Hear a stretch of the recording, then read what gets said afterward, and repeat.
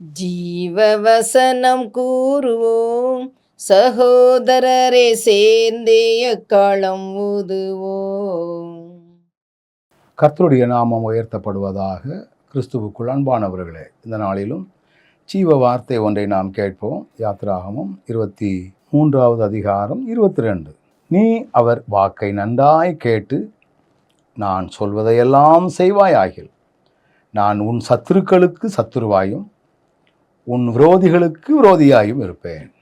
ஆண்டவர் அவருடைய வார்த்தைகளுக்கு கீழ்ப்படியக்கூடிய மக்களுக்கு ஆலோசனையாக, ஆறுதலாக, சப்போர்ட்டாக சொல்லக்கூடிய வார்த்தையை பாருங்கள். உன் சத்துருக்களுக்கு சத்துரு. ஒருவேளை நான் ஆண்டவருடைய வார்த்தைக்கு கீழ்ப்படிந்து நடக்கின்றவனாய் காணப்பட்டால், என்னை யாரெல்லாம் சத்துருவாக எண்ணுகிறார்களோ, என்னை யாரெல்லாம் பகைஞராக எண்ணுகிறார்களோ, என்னை யாரெல்லாம் விரோதிகளாக எண்ணுகிறார்களோ, இவர்களுக்கு ஆண்டவரும் சத்துருவாக இருக்கிறார், ஆண்டவரும் விரோதியாக இருக்கிறார். எவ்வளோ ஒரு அருமையான வார்த்தை பாருங்க.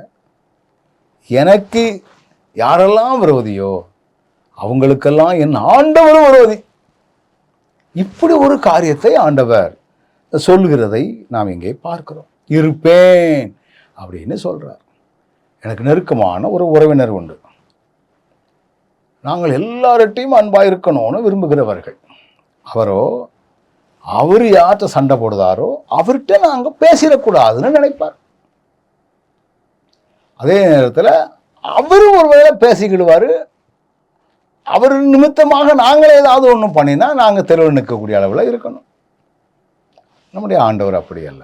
அவருக்கு நம்ம கீழ்ப்படிஞ்சா நம்மளை யாரெல்லாம் பகைக்கிறாங்களோ, பகைக்கிறவர்களுக்கு என் ஆண்டவரும் பகைஞனாக இருக்கிறார், சத்துருவாக இருக்கிறார், விரோதியாக இருக்கிறார். சதனா, எவ்வளோ அருமையான ஒரு வார்த்தை.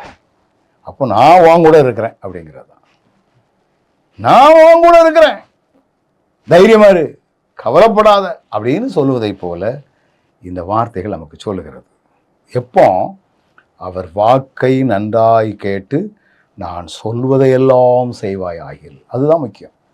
ஆண்டவரே, வார்த்தைக்கு கீழ்ப்படியும் பொழுது இந்த காரியங்கள் நமக்கு சொந்தமாகிறது. நல்ல ஆண்டவரே, எவ்வளவு ஒரு அருமையான ஒரு காரியத்தை கற்றுக் கொடுக்கிறீர். ஞானத்தோடு செயல்படுகின்ற பலன் தந்து வழி நடத்தும். இயேசுவின் நாமத்தில் பிதாவே, ஆமென்.